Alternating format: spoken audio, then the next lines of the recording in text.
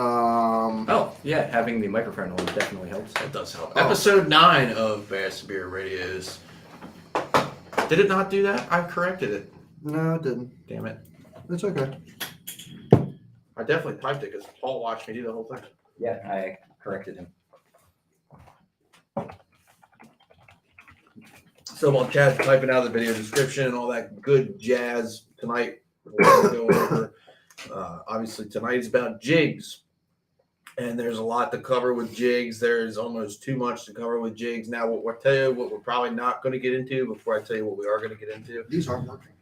What we're probably not going to get into is the type of stuff where you pull a jig out of the box and you look at it and be like, man, this jig needs exactly 3 strands of green pumpkin skirt and 2 blue strands and maybe a polka dot one. Like, it's not going to be like that. We're going to keep it simple.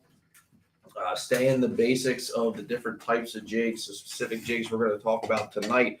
We are going to talk about the football jig. Obviously, you can't talk about jigs without a football jig. We're going to talk about flipping jigs. We're going to talk about swim jigs. We're going to talk about finesse jigs. And, of course, we're going to cover trailers. So that's kind of where we're going to start at. I'm sure we'll get off topic because we always do. What is up, B to the Ryan? What's up, Brian? The ride. But anyway, that's what we're going to get into tonight. Jigs have a very I have a fine appreciation for jigs. That's one of the first ways I actually learned how to bass fish in college was with Cliff Sanders, and he's a tremendous jig fisherman. He taught me a lot about fishing jigs and where and how. And we'll kind of get into different applications. I feel like I'll kind of open this up with a little bit of a discussion point here, but I feel like in this area, the jig is a little bit underutilized. Mainly, I think a lot of it has to do with grass. But I would definitely say the jig is a little bit underutilized in this area compared to when you fish highland reservoirs, when you go to your Smith Mountain lakes, just your Lake Anna, places like that. Kentucky Lake, a jig's a huge thing. At least it was back when that lake didn't suck.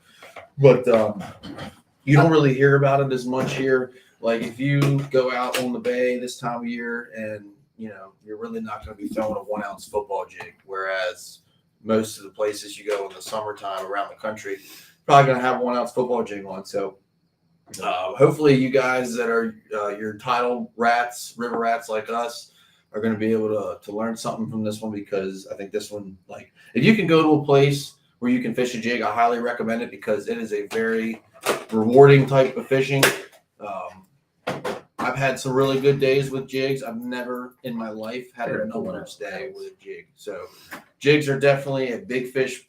That's the biggest thing is jigs are a big fish bait. Big sure. fish bait. So yes, I will say yes, they are a big fish bait, but it's a multi-fish bait. It's a lot of times a jig is a get bit bait. See, and I can usually get some bites on a jig, which will help me dial in what I'm doing that day.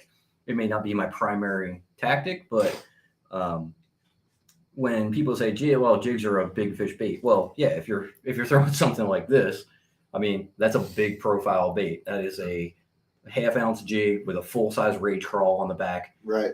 That's going to be a big fish bait. But you can also go with something like this, which is this is a little 3/16-ounce finesse jig. Striking. This is a jewel bait. Cool. Very cool. One of my favorite finesse jigs,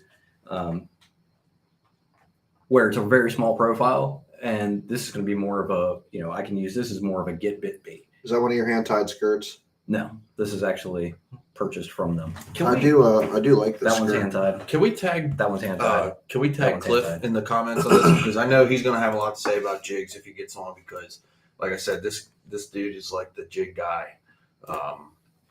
So I guess we'll start with football jigs here. You want to start with football jigs?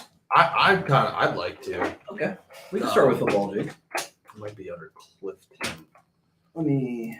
But anyway, so football jigs. So applications for football jigs. A football jig, as far as I see it, 90% of the time is usually a dragging jig. So what I mean by that is one of two things. You either you go over, you're scanning, right? It's a lake you've never fished, deep, clear lake, or just a deep lake, right? So you go over,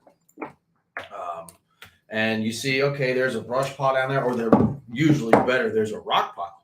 So we go on the rock pile, and I'm going to mark it. I'm going to pick out my 1/2 ounce to 1 ounce, whatever, depending on your depth, football jig, cast it out, and just wait till I find that piece of whatever, right? I actually want to feel my bait hitting contact with those rocks. So that's really where your football jig shines a lot, is in those scenarios when you're targeting specific cover, right? Very rarely have I ever caught fish on a football jig where I'm not throwing it a hard cover. I know exactly what I want to throw at. There are sometimes I've thrown football jigs a lot, and I probably only caught 3 or 4 fish when I'm just throwing it out there, just looking to drag the bottom and see what's out there. Now, the other application I like personally for a football jig is, let's say you have laydowns that are in deep water, you have fish that are pressured a little finicky. If I stay off that laydown, like Conowingo is a good example. You see a lot of laydowns, especially in the south end of the lake. I'll stay way off the laydown and make a bomb cast with a heavy jig to the end of that laydown and just let the jig sink right at the edge. The football jig is not a bait that you want to be putting in really, really thick hard cover like wood. I was gonna mention that. So for me, a football jig is, I fish a football jig That's almost a hard exclusively on bottom. rock. Yes. I rarely fish a football jig on anything other than rock. If I'm targeting brush piles, I'm usually throwing a bigger kind of a hybrid type jig, but more of a flipping jig. Not necessarily like the Arky head that everybody thinks as a flipping jig, but It's like a skipping jig when I look at it. I'm throwing something with kind of like that head design. Football jig tends to get hung up a little more. Yeah. Oh, definitely. So for me, football jigs are exclusively rock. 99% of the time, I throw a 1/2 ounce. That's what's worked for me. I can fish a 1/2 ounce anywhere from a foot of water to 18, 20 feet of water. Just a matter of how long it takes to get down there. Right. But I can keep a 1/2 ounce. I can usually, if there's not a lot of current, I can keep good bottom contact, which is really important with a football jig. Bottom contact is key. That's if you see the design on the head, it's shaped like a football. And what that head does is when you're dragging it through the rocks, that football shaped head is kicking off those rocks. So it gives you a lot of action when you're dragging it around on the bottom through those. Typically, like I'm targeting like chunk rock. Yeah. And when you drag it through, it'll kick off and it gives it an erratic action with a slow drag. And that's where you're getting most of your bites. Jigs are, these are local, made by Paul Batters. So how about that, Martin? Oh, you made that? Not for sale. So these heads and the Arky heads that I throw are made by a guy in my club, Ken Eng, with Asian Persuasion Baits.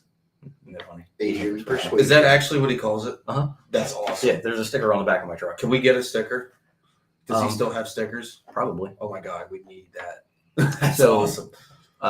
That's amazing. I tie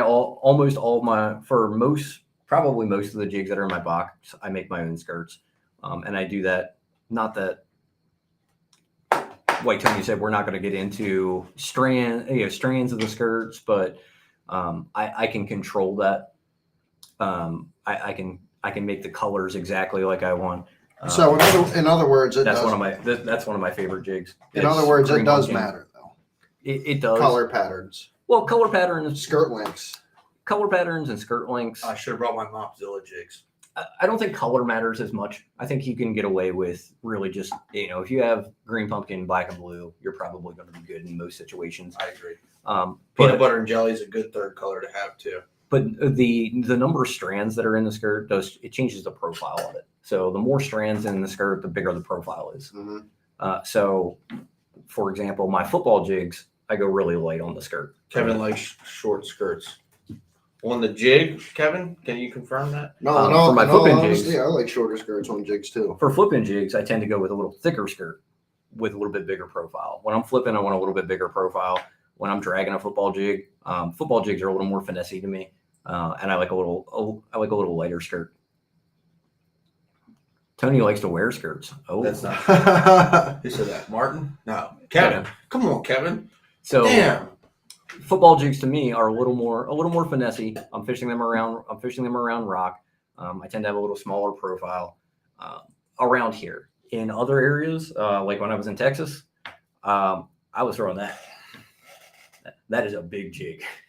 That's a big jig. That's a three quarter ounce football mop jig, and that is. Who makes that? This is actually made by Buckeye.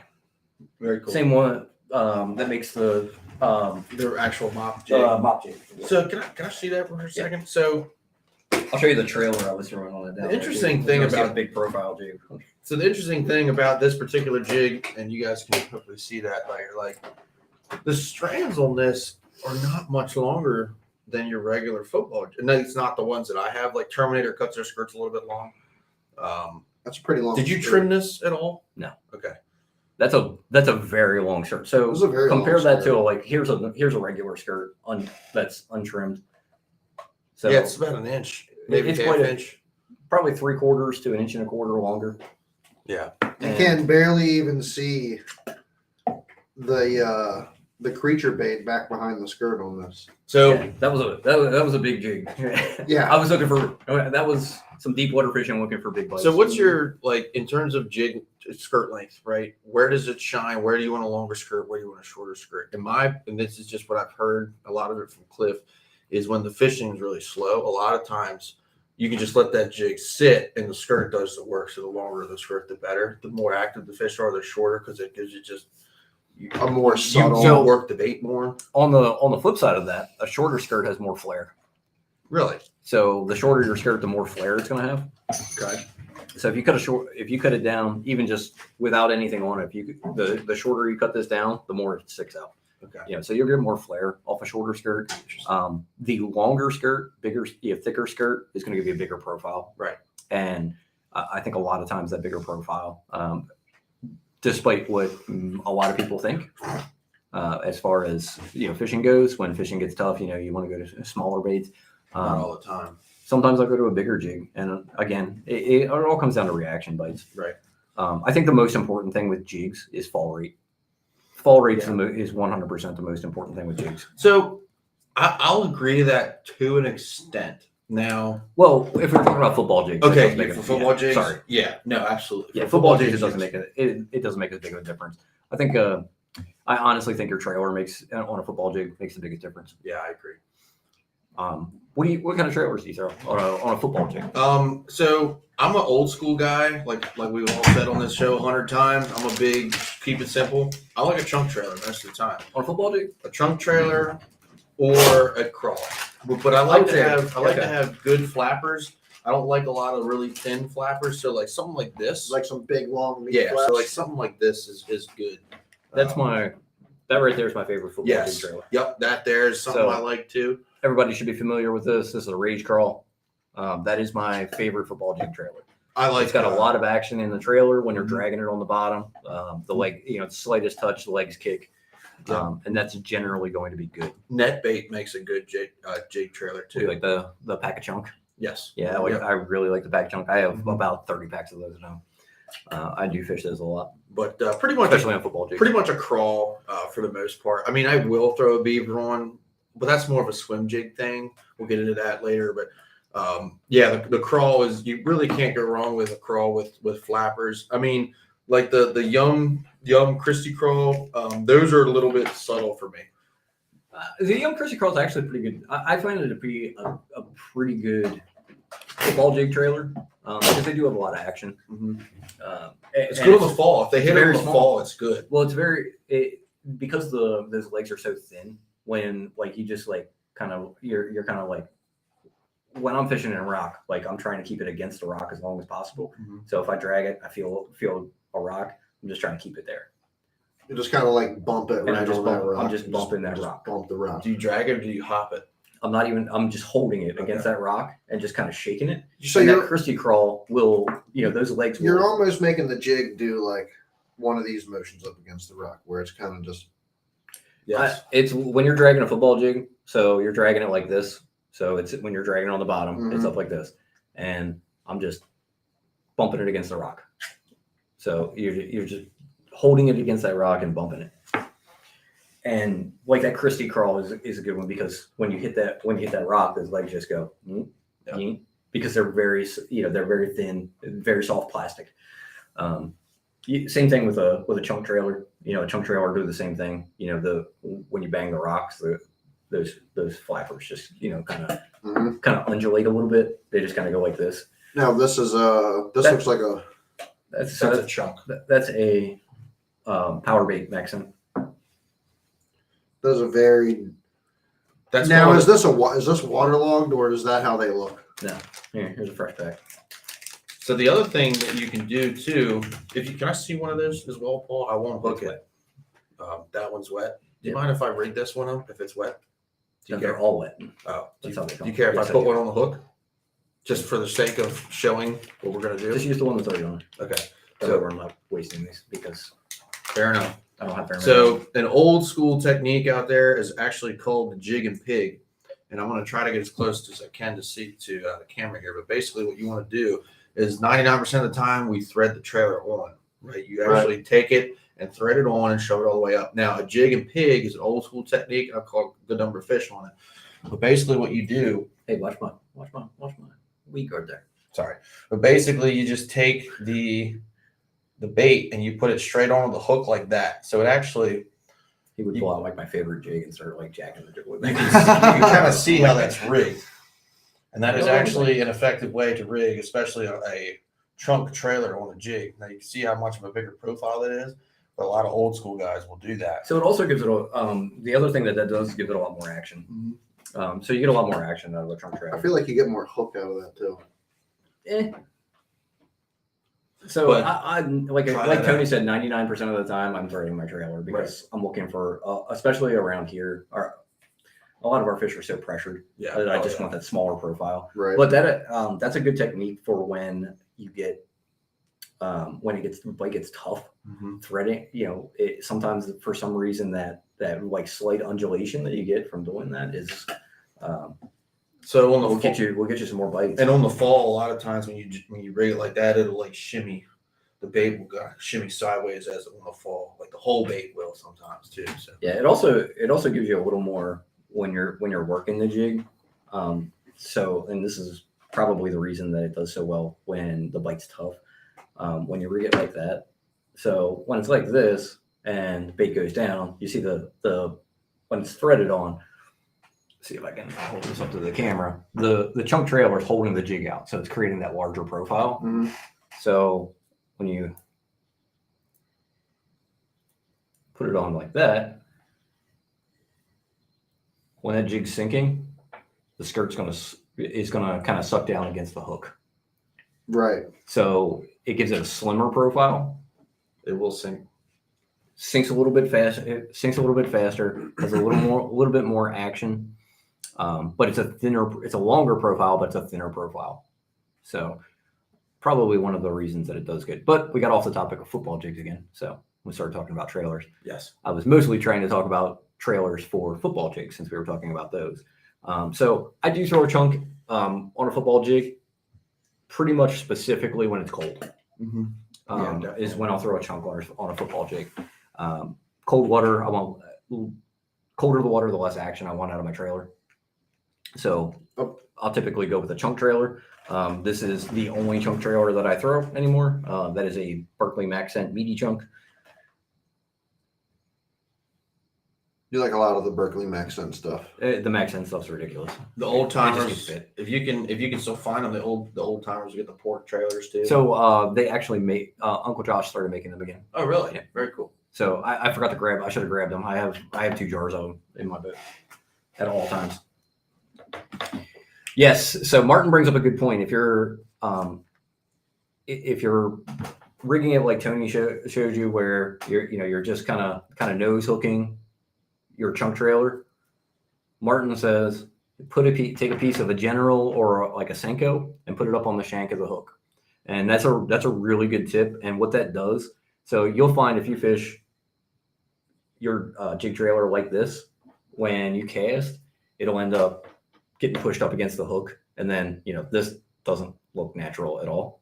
But if you put that little piece of Senko on there, It won't do it. Yeah. it'll keep it from coming down. Mm-mm. So it'll hold it up here in the shank of the hook, and your trailer will never get jacked up. That's a good idea. So that's a really good tip, Martin. If only we could get Martin to come on the show. I know, right? Martin. Christy Kroll on the Picasso swim jig is deadly. Yeah, Rob whipped my ass off the back of my boat one day. He rode along with me in a club tournament. I had an open back seat, and he kind of whipped my ass. So with that Christy Kroll. but I guess Picasso. anybody, what else do we have that's like just Like it. typical your football jigs 101? I think we kind of covered a lot of it already. So, I think rock, always on rock. Football jigs generally going to be a rock. I mean, that's going to be a rock thing. Hard bottom. Sometimes if you have like a sandy point, that too, you can drag, where you're dragging it. But that's the key with a football jig is you're dragging it. I think about hard points, rock bottom, rock piles, hard ledges, things like that. And when I think about a football jig, and then when I'm thinking about other types of terrain, like the next jig we might move on to here when we're ready, is something where you got to freaking make your way through a little bit of cover. Absolutely. And that's called a swim jig. You want to go swim jigs next? We'll Well, save I'm the think- best. We'll I'm save the thi- best for last. Yeah. I'm thinking about coming through like grass and stuff like that. So if you're trying to come through grass, the Half ounce, Andrew. Half ounce half would ounce be the universal. up to probably 18 feet of water. I'll throw a half ounce. Anything from 15 and deeper. If I know I'm fishing 15 and deeper, and I'm not going any shallower, 3/4. I don't really throw 1 ounce at all. I could throw a 3/4 ounce in 25 feet of water with no problem. It doesn't take very long to get down there. So swim jigs. Swim jigs that's a good topic, and it's a very popular bait on tidal water, Yes. especially because of all the grass that we have. Yep. And a swim jig is designed to come through grass. What's up, Big D? Doesn't necessarily mean that you can only use it on grass, Yeah. because it works. Basically, you're going to throw a swim jig just like throw a spinnerbait. It's a finesse moving bait, unless you're Tony. Tony fishes his swim jigs more like a grass jig, and we can talk about that in a. Is there a difference? So Yes. a grass jig is usually a little heavier. It's more in your like 3/8, half ounce, and it's made with a flat head, similar to a swim jig head, Mm-hmm. but it's just made to be able to come through grass. And you fish it like a jig. You're doing your lift and pause. Where your traditional way to fish a swim jig is to swim it like you're fishing a spinnerbait. Just kind of wind it in. Couple different retrieves. You have the Alabama shake. That's usually what I go through. The retrieve that I use, where I'm just shaking the rod tip like this as I'm reeling it in, Making and that skirt kind of. You'll see the swim jig it'll come through the water, kind of bouncing. Mm-hmm. That's what I've had the most success with. Either that or just very slow winding it on the bottom, like in the grass, and when it gets caught up in the grass, just snap it out. That was going to be my question: are you making bottom contact with your slow wind the whole time, or are you trying to kind of burn it? So it depends on off the surface. it depends on the fishing. Sometimes I'll try to fish it up like in the top of the grass, like I'd be fishing chatterbait or something Right. like that. But I'm throwing the swim jig in that scenario because there's 100 other boats throwing chatterbaits out there. So they've seen 100 chatterbaits come over their head with that vibration, and sometimes that swim jig just gives you a little more finesse to be able to get those bites. Time of the year. So for football jigs, we didn't really touch on time of the year, but time of the year for football jigs, any time of the year, anytime fish are holding on hard bottom. Doesn't matter if it's winter, summer, anything. You can throw a football jig. Now your swim jig really shines in the spawn, post spawn. So in those couple of months right there, from like May to July, that's where your swim jig really shines. As the grass starts to get thicker, the swim jig doesn't play as much. It's always going to be good whenever there's grass around, but it really shines in that May to June area. You don't like it in the fall? So in the fall, I will throw if they're feeding on shad, I'll throw a white swim jig. Again, I'm throwing the same place that I would throw a spinnerbait. So if you want to know where to throw a swim jig, same place you would throw a spinnerbait. It's just a more finesse presentation. So that's something that's utilized more when the grass is thicker, though. I feel like. Yeah, and yes and no. I mean, a swim jig will definitely come through the grass better than a spinnerbait. But when the grass usually gets thick, it's not as. I'm usually. I mean, this is frogging. This is one topic, but off topic at the same exact time. Why are you going to throw a swim jig over a spinnerbait? Mostly pressure, or clear water. So anytime that if you have super clear water, I like a swim jig just because it's a little more subtle presentation than a spinnerbait. And pressure, because when you again, like say we're out on the flats, you got it's May, you're out on the flats. They've moved up into one of those guts to spawn, and you have 100 boats out there. You got 100 boats that are throwing chatterbaits. They're just getting pressured. So you want to. I will go to a swim jig as it's just a little bit more finessey. It's a different profile pretty similar profile. I think it's being thrown less. But there's no vibration. It's just kind of coming through the water. Yes, they do, Rob. That's the other thing that I do want to mention. I've kind of touched on it a couple of times. You can throw a swim jig anywhere you throw a spinnerbait. I'm always reeling them.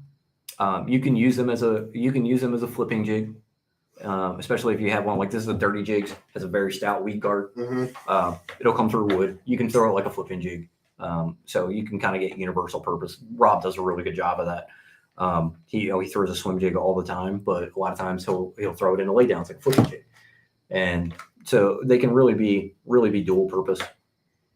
I have like 100 jigs in that box. So I just tie on a different jig if I'm fishing wood, but for somebody who maybe like a co-angler or somebody like a limited amount of tackle, you can take that swim jig, and if you have a 3/8 ounce swim jig, you can swim it through grass. You come to a lay down, flip it into a lay down just like you would, as long as it's got you'll notice that there's different brands will have different types of weed guards. So some of them will have a really light weed guard. Probably don't want to throw those into wood, but if you throw for example, there's like the dirty jigs, or if you throw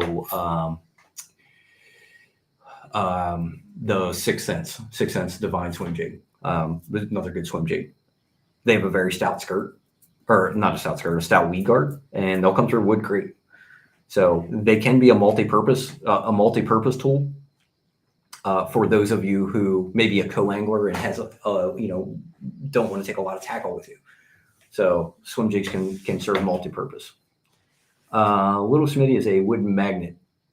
Yes, it is a wood magnet, as in it's hung in the wood all the time because it has a very light weed guard. Martin's also a wood magnet. Martin loves the wood. Yes, Martin. So hardwood. Now, we didn't really. We talked a little bit about colors for football jigs. I want to just hop back to football jigs real quick because we didn't really talk about. We talked about kind of colors in general. Football jigs, I almost exclusively throw some sort of green pumpkin.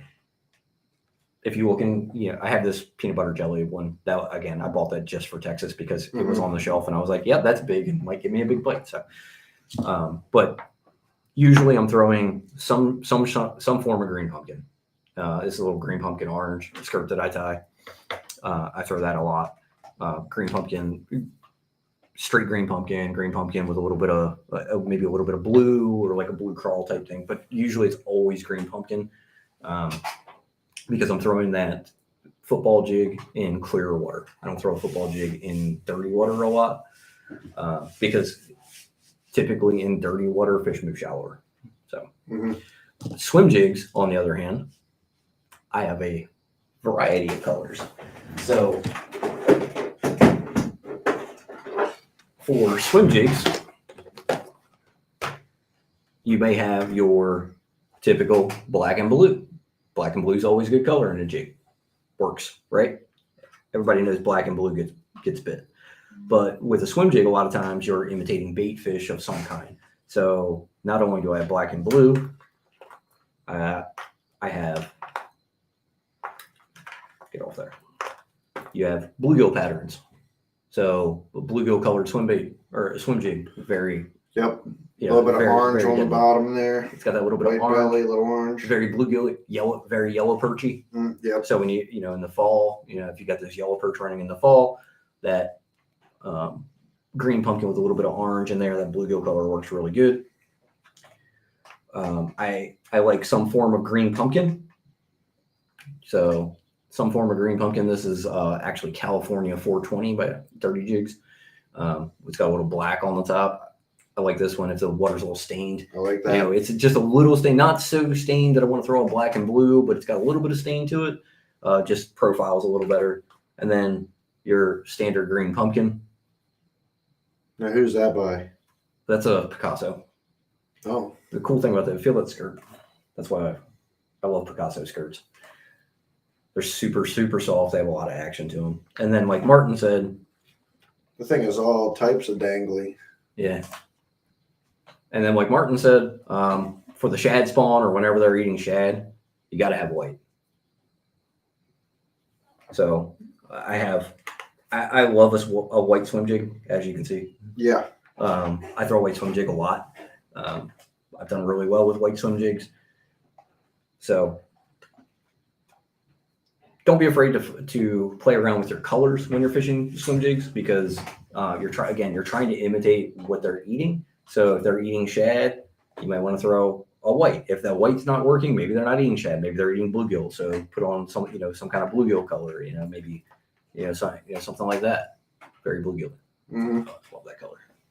Is that another Picasso? That's a 6 cents. 6 cents. That's See, another Picasso. I've done really well on that one too. You utilize a lot of different brands. I do for swim jigs. So for flip-in jigs and football jigs, I make all those myself.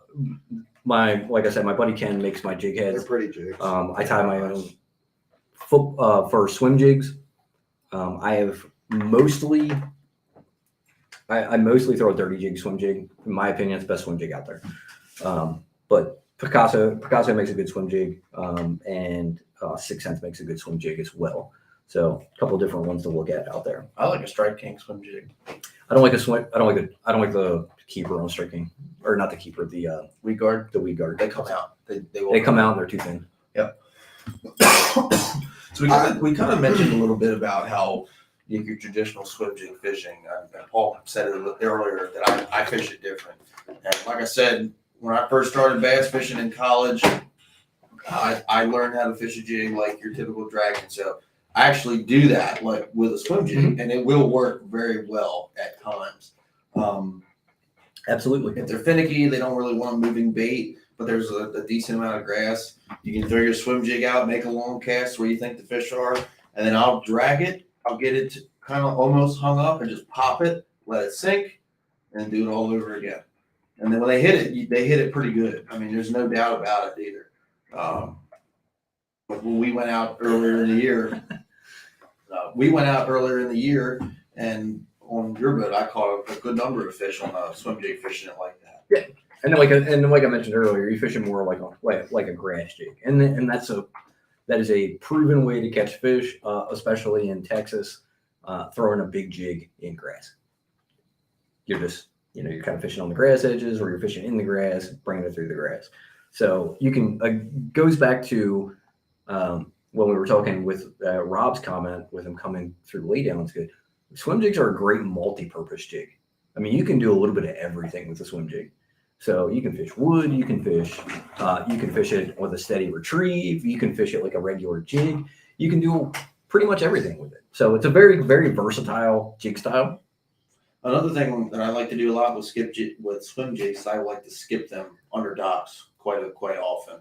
So like if you're going through grass patch, if you're fishing grass and there's some docks in between the grass patch, I'll skip it way under there, let it sink, swim it out, do like an Alabama shake, maybe knock it up on Yep. a piling, give it a good rip, let it sink, and do it again. I caught a lot of fish doing that too. Yep. And I'm going to talk a little bit about skipping a jig when we get into flipping jigs. So we'll touch on the importance of being able to skip a jig and how to skip a jig.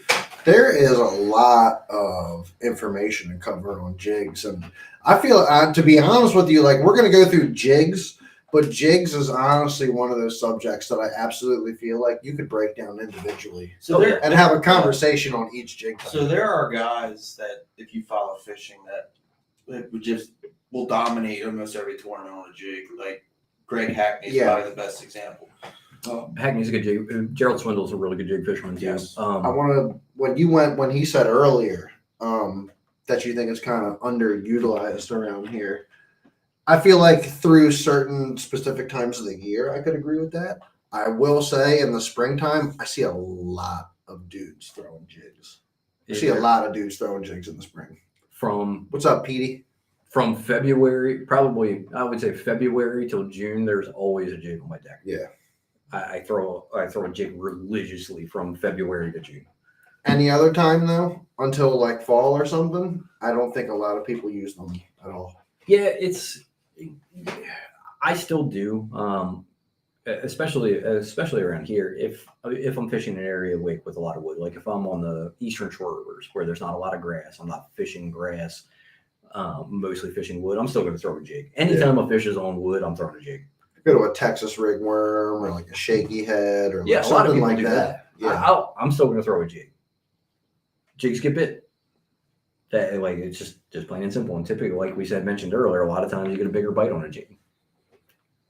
Yes, Andy Montgomery is an absolutely ridiculous jig skipper.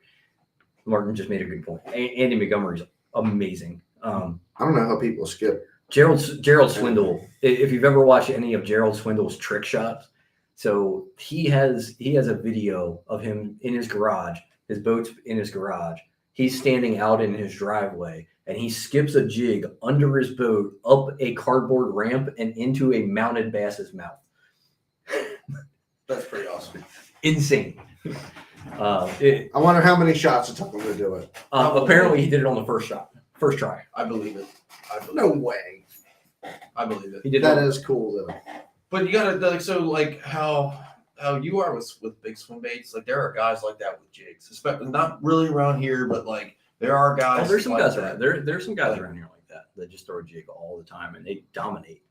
Like, I'm not gonna mention any names, but there's some guys that there's some hammers around here that throw a jig year round and they catch a ton of fish. Like it's a fantastic bait, and because we've said a couple times now, I mean, there's a jig for literally every scenario. There's a jig for it, no matter what it is, no matter what the fish are biting.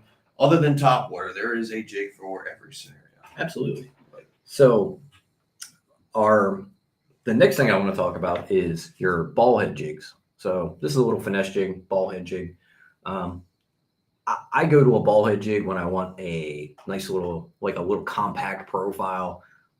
You'll notice that if you look at the top of the skirt, half the strands are cut off, so it doesn't have that bulk. So I'm going to throw that a lot. If the bite's tough, I just want to get bites. I'm pre-fishing. I'm going to go with that finesse jig. That's really all I have on finesse jigs. What type of trailer for your finesse jig? Almost always a chunk, and it's threaded on. I usually use this is a 3/16 ounce jig. I either use a chunk or the Reaction Innovation Smalley beaver, the real small beaver. I'll use that on there a lot. To that allows me me, to skip it. This micro jig to me says midsummer pressure, wintertime. You know what it says to me? The wintertime slouch. It says pressured fish. I'm all year with that. Smallmouth. Yeah. Yes. Yeah. So yes, yes, absolutely. But I I was generally just only on the throw- topic of largemouth specifically, like thinking about the home juice. This tells this. I look at this and I'm like, I would chuck that back in the marina in like the summertime or something.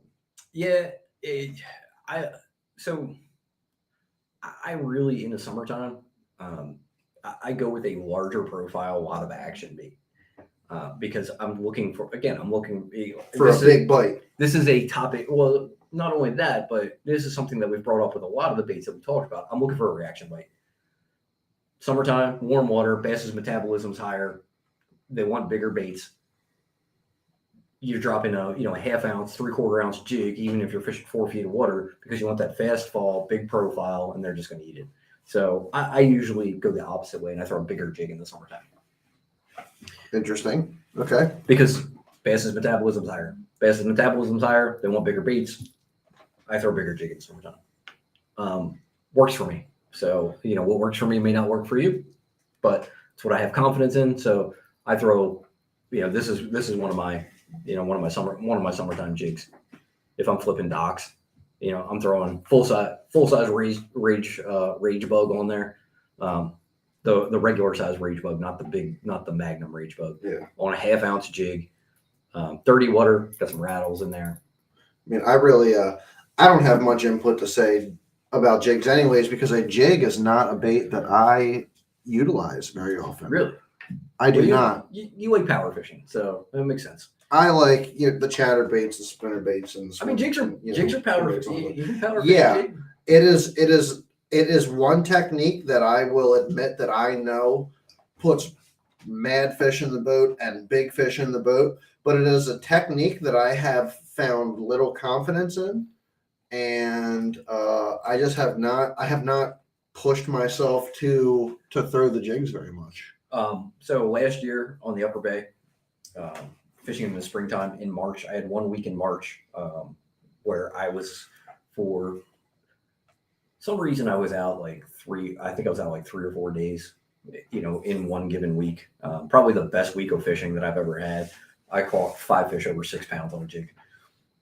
Wow. Was that on the GP or was that up on the flats? Up on the flats. So it was early March. All I was doing, I was catching them everywhere on the Upper Bay on the jig. On swim jigs? No, this is I'm throwing a flipping jig. I'm flipping hardcover, and I caught 5 fish over 6 pounds in those 3 or 4 days that I was out. That's crazy. It was like one day I caught 2, and then on the other couple of days caught like 1 each day that was over 6, and I caught multiple 4-pounders that week too. I mean, it was just a sick week for big fish, and I caught them all on jig. Springtime jig fishing is freaking amazing, especially early in the season when they first move up. They'll just eat it, and nothing beats it to me. Outside of topwater, nothing beats a jig bite, because when they eat a jig, it's usually not like a soft bite like soft plastic. Sometimes they'll grab it and start swimming off. It's dunk. And they'll hit it on the fall, and you just feel that dunk, and it's close quarters. You're very very close. You're pitching the pilings, you're pitching the laydowns, and you got that big flipping stick in your hand. I usually throw jigs on depending on what I'm doing with a jig. I like a 7.4, like a 7.4 medium heavy or heavy, depending on the type of cover I'm fishing. Yes, to get confidence, you have to throw the bait. That's true. So that's my second favorite bite outside of topwater bite is catching them on a flipping jig, because it's big line. Yeah, I love anything that I can do with big line, big rod, and just jacking them as hard as I can. You love big rods. I do love big rods. Nice. Me too. But nothing beats that jig hook set, because like I said, you're typically throwing, I'm throwing a flipping jig, no less than 17-pound line, usually 20. And you got a big hook, and you're just wrenching that hook set as hard as you can. And man, nothing beats that. Like, it's just freaking awesome. I gotta do it more. Yeah. When you hook one of them 6-pounders and you give it that power hook set, and it just doesn't move, and you're like, oh no. I'm glad my knot didn't break. Yeah, and then all of a sudden it just goes. Oh God, I love that feeling. So that brings up my next our next topic, and I was talking about flipping jigs, and early in the season I throw a flipping jig. Look, Tony jacked my. That's not the one. I didn't touch that one. I'm totally blaming you. I didn't even It's touch not it. even- yeah, We're gonna it's have to not play the even- video back. It's definitely not the same jig. So flipping jigs. Flipping jigs, one of my favorite ways to fish. Probably second behind buzz baits. Tony fucked up my jig. Yes. I didn't touch that one. That wasn't me. So- I didn't do Uh, it. So flipping jig, I have a couple of different styles here. This jig head, I make all of my own skirts for flipping jigs. I'm very particular about the skirts and the colors for flipping jigs. It's just my OCD. Don't read too much into it. 100%, my ADHD, OCD stuff going on. But this jig head, this is a good jig head for wood. This is made by Boss. This is the Brent Ayler Boss flipping jig. Just a head. You can buy them on Tackle Warehouse. It's a really good head for wood. It comes through wood really well. But what I've gravitated to fishing almost 100% now, and I never used to fish these because I just thought they looked stupid. And that is the Arky head. So notice how it's very flat, very thin. The Arky head also comes through wood very well. But the biggest thing with the Arky head is you can skip it. And you can skip it better than most other head types because it's got that flat surface. Mm-hmm. And if you can't skip a jig, you need to learn how. Yes. Because skipping a jig, especially again in our waters, very pressured. If you're just flipping to those outside pilings, like if you're fishing docks, those fish on those outside pilings have probably seen 50 jigs that day. But if you can skip it back into the back of that dock, those fish have not seen those. They may not have seen any jigs that day. So if you can get a jig, they might not have seen any bait that day. If you can get that jig way back under that dock where nobody else can cast, you're gonna set yourself up for more success. And being able to skip is part of that success. Mm-hmm. So not only flipping, but skipping. Half ounce. So 1/2 ounce or 3/8. I learned how to skip with a 1/2 ounce. You got to skip 1/2 ounce is actually a little harder to skip than a 3/8, but it skips just as well. If you can learn how to skip a 1/2 ounce jig, skip a 3/8 ounce jig is easy. So I taught myself to throw a 1/2 ounce. So the important thing about skipping a jig is probably the most important thing outside of your head design, or actually it's probably more important than the head design, is your trailer. And so this is a Sweet Beaver cut down a little bit, but those Beaver style trailers, notice it's flat. You need a flat surface to be able to skip effectively, especially when you're first starting out. Now, personally, like I can take a chunk trailer as long as it's started on. I can skip a chunk trailer. It's not exactly easy, but I've skipped a jig enough that I can do that. When you're first starting out, that will irritate the hell out of you, but you just have to stick with it. It takes a little time to learn, and the best way to learn, like Deborah said, she made the perfect comment right there.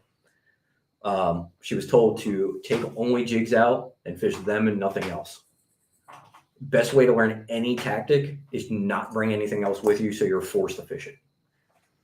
Like a 6-inch set of center or mag draft. Sure. Yeah, absolutely. I love fishing mag draft. It's one of my favorite swim baits. That's one of the one swim baits that I do throw. I throw a lot. Freaking love it. But yeah, so if you take the jig out, you can learn. Take different styles out of it. Take some football jigs and learn. Kind of mess around with them. Take a flipping jig out. The way I learned how to skip a jig, we were down on Lake Anna. Me and Kevin Parsons go down. with a bunch of other guys. We go down every January, and there's a bunch of docks on Lake Anna. I took one rod out of my rod locker, had a half. It was actually this exact jig right here. Maybe not. I lost a lot of jigs that day, so not this exact color and trailer. So this exact setup right here, not this exact jig. I took this exact setup right here. That was the only rod I pulled out for an entire day, and all I did was skip docks the entire day. I probably backlashed 100 times that day, and they were bad. But by the end of the day, I could skip this jig, 30, 40 feet up under a dock. So that's the only way to learn is to go out. Did you connect Don't with be afraid. fish? Yeah, I caught some decent fish that day. Nothing huge, but hot side of Lake Anna in January, I was catching 2-pounders, which is they're decent fish down there for that time of year. Nothing, like I said, nothing huge, but like I was able to catch fish, and that gave me confidence. So once I caught my first fish doing it, it just gave me more confidence to keep doing it. I actually ended up doing that for like 3 days, and that's the only way I fished that year was just pretty much skipping docks. I did some deep cranking because that's one of the few places I can throw my like 8 and 10 XDs, Right. but and catch fish anyway. But for the most part, for 3 days, that's all I did was skip docks, and I caught fish every day. And I wasn't catching like Kevin was catching 20 or 30 fish a day. Out drop shotting. He's out drop shotting, catching 20 or 30 12-inch fish. He would always catch some nice ones in the morning on top water. I would go skip a jig. I only caught like 10 a day, but they were all over 2 pounds. So, being able to learn how to skip a jig really put me on a better grade of fish that year, because none of us were really catching big fish that year. Last year was a little different. We had quite a few nice fish caught. I think Kevin caught the biggest one for the week with like 4.5. So we caught some nice fish, but just being able to skip a jig and learning how to skip a jig was really important that week. And has been really important since then.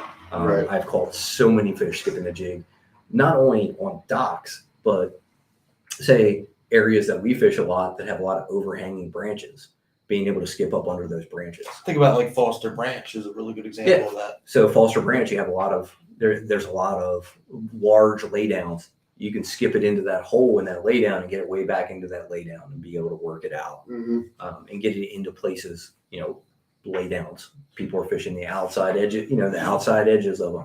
If you can get it into the middle, you're getting unpressured fish.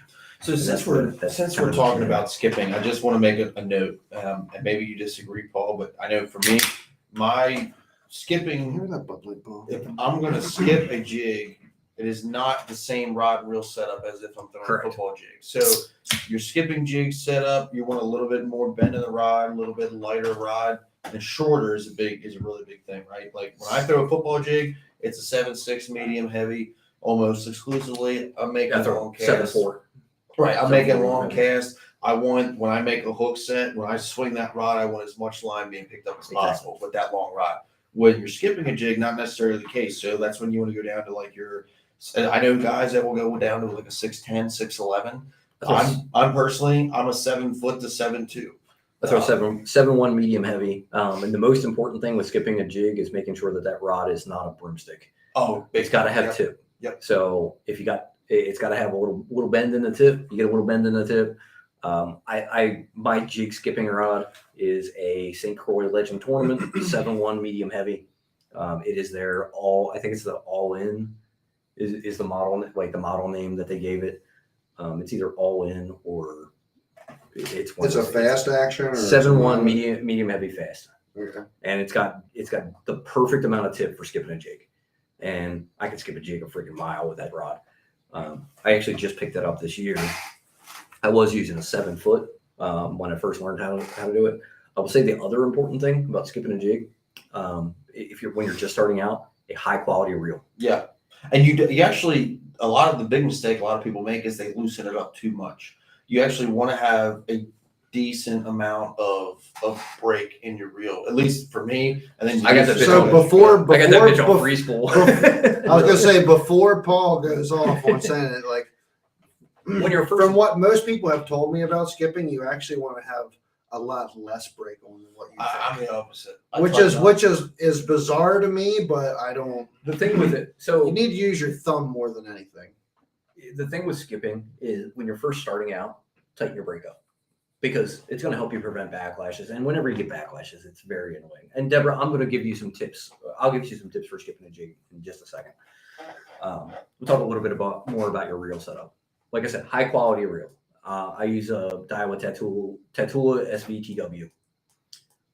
It's not a super expensive reel. It's not a cheap reel, but it's a high quality reel. It's a $200 reel. And for that T-wing design that they have, I like it. is really, really good for skipping a jig. Yeah. It really excels with skipping a jig. I think they're amazing. Yes, see, as Martin said, here's a tip: Tatula SVTW.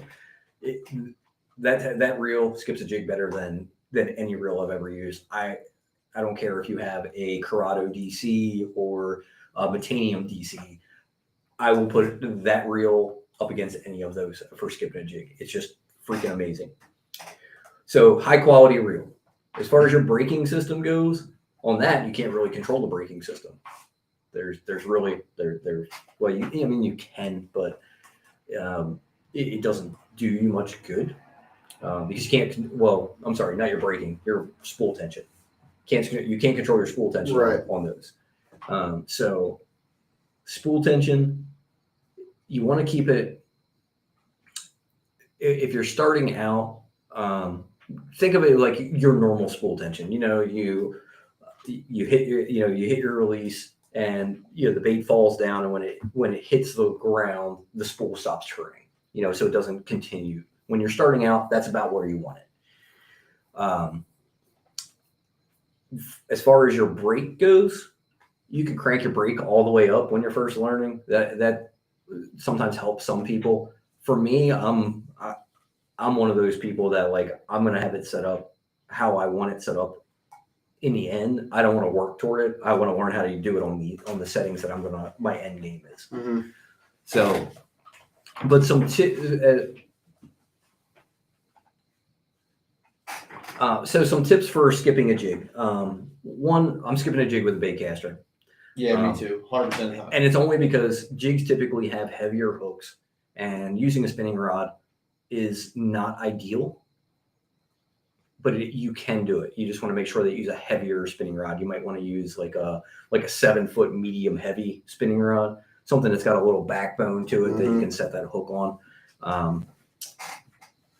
Maybe even up to a heavy, if you're more comfortable with spinning rods. But I'm just going to focus on bait casters. So for tips, what you want to think about skipping a stone. So the release point when you're skipping a jig is way different than when you're trying to make a cast. So it's always a roll cast. So, and you want your release point, you want the tip of your rod very low to the water, so that when that jig comes off your rod, it's already close to water level. So you have to learn how to adjust. I'm not skipping a jig up here. I'm skipping a jig down here. So it's an underhand roll cast, and it's not hard. That's what most people don't. I think what most people really struggle with at first is when you're trying to skip a Senko way up under a dock with a spinning rod. You get away with it. You're trying to really. Oh, dude, you're like beaming it into the water Exactly. and just getting it like. Exactly. So with a jig, you don't because think about the weight difference between a jig and a Senko. You don't have to throw it as hard because you have so much mass. So Right. There's more velocity to it. Exactly. Yeah. So it's just a light flick, low to the water. It's really hard to skip it, and I will say It's a lot of roll in your wrist, from what I've been told. It's all wrist. I cast two-handed all the time. I can't cast one-handed at all. But it's still the same. This action all the time, and I'm just using my other hand to accelerate the rod. Yeah. So it just gives you a little more force to it because I got little stick arms, and Tony can probably skip a jig. Well, if I do it one-handed, it hurts my throw it. wrist. It hurts my wrist to try to do that. Yeah, So- mine too. Yeah. I'm the same way. Another thing, and this is kind of putting the cart before the horse a little bit here, but once you get comfortable skipping a jig with your dominant side, I cannot stress this enough. It is absurdly important to learn how to backhand skip a jig. And a couple reasons for that. One, if you're a co-angler, the odds of you fishing on your power side, let's say you're right-handed, and even though your power side's right-handed, you got a big outboard motor there, you got power poles, you got all kinds of stuff in the way.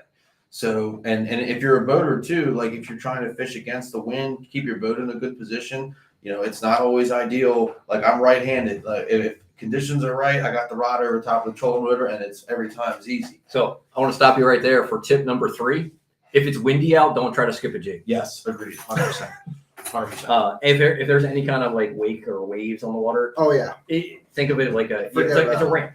So if you're trying to skip under a dock, it's just not going to work, Right. because it's just going to hit that wave and just shoot up. Yeah. So it'll just shoot up in the air and you'll end up hitting the side of the dock. So it's really Condition dependent. You want that's nice, like slick, calm water when you're skipping a jig. Really. Another reason why I say backhand is important is because jig skipping is a lot about efficiency as well. Like a lot of, like Paul's saying, is the concentration of fish may be on the front of the dock, but if you're looking for that bigger bite or a fish that hasn't seen 100 baits, you have to get back there. So we've all done it. We've all gone past a dock, a laydown, or whatever that we want, and you're almost past it, and then you see a spot. It's like, oh man, I wish I could get to it. So why Instead of bringing the boat back, if you could just turn around and flip it that way and get back in there, it makes a huge difference. Why can't you diagonally line yourself up with a dock, pitch the very back of the dock, like into the center of the dock, pitch the next one, and So- the next one, and like work your way up that you way, just made instead of go to the front and try to like whip the thing all the way to the back. So boat position is very, very important when skipping docks. Incredibly 100%. Important. So Maybe I will one of find the most important factors in skipping a dock. a lot of if I'm say I'm pre-fishing for a tournament and I'm skipping docks. When I come up to a dock, I'm coming over to the side of the dock, not the front. Kind of like you said, I'll come right to the side of the dock, and then I can, if I'm dead center, say the dock's sticking out here, and I'm dead center in the middle of it, I can skip the shallowest part of the dock next, and then work my way out and figure out what depth range they're in. Yeah. Then from there, then maybe I come to the front of the dock. Once I catch 3 fish and they're all out here, I'm like, okay, well, I don't need to come, efficiency, like Tony said. I don't need to go over to the side of the dock. I can just pull up in front of it, skip into the front, halfway back. Because I know they're in this depth area. So boat positioning is key. I will say it's incredibly hard to skip as a co-angler on the back of the boat simply because you're lower to the water. Yes. Yep. It's really hard to do. So if you are a co-angler, the key is practice. And the best way to practice, take an old jig that you don't care about and just go up. I skip a jig in my road all the time. I'll just stand out in my road and just skip a jig on pavement. You can skip a jig on pavement. Probably it's actually easier than skipping it on water because there's less resistance. Right. It doesn't catch anything. But just practice, and you're standing on the level. Exactly. You're getting used to that motion, and get yourself used to that motion and that level. Because you think about it, on the back of the boat, you're almost on most bass boats, you're almost at water level. Right. The other thing that makes it hard as a co-angler is you have consoles and, like Tony said, power poles and things like that. So it's really hard to skip a jig off the back of the boat. And that's why I said boat positioning is important. When you're used to making a certain motion, if I have a dock over here, now I got to skip around my trolling motor and stuff like that. A lot of times you'll mess that up. So I want to be as efficient as possible, and I want to make sure I position my boat to be able to make every skip that I can with the way my boat's positioned. I want to talk one thing just about a little bit of technique that helped me a lot when I learned how to skip jigs. So when I first learned how to skip jigs, it was very new to bass fishing. I actually went to Joppatown. I went straight into the docks in like December, January, one of those nicer days when it's not super cold. And I think I might have caught a couple fish, like 2 or 3 total. But I would just skip docks, go out hour, 2-3 hours till I got cold, and then just put it back on the ramp. That was my goal for the day. It was not necessarily to catch a fish. It was to pick a point. Maybe I want to skip all the way under this dock and hit the back wall or whatever. That's a really good way to learn. I'll tell you that nothing will make you feel more accomplished in fishing than when you skip a jig like 30 feet under a dock. And then you got one. It just goes, and you no backlash, nothing. Like it's just your reel's perfect, and you're like, Nice. yeah, Yeah. all right. I did it. Like it just for me that was like it was such a sense of accomplishment when I made that perfect skip the first time. And then you're like, okay, I can do this, and you go to do it again, and you blow your reel off. but that first time that you get a perfect skip, it makes you feel so accomplished.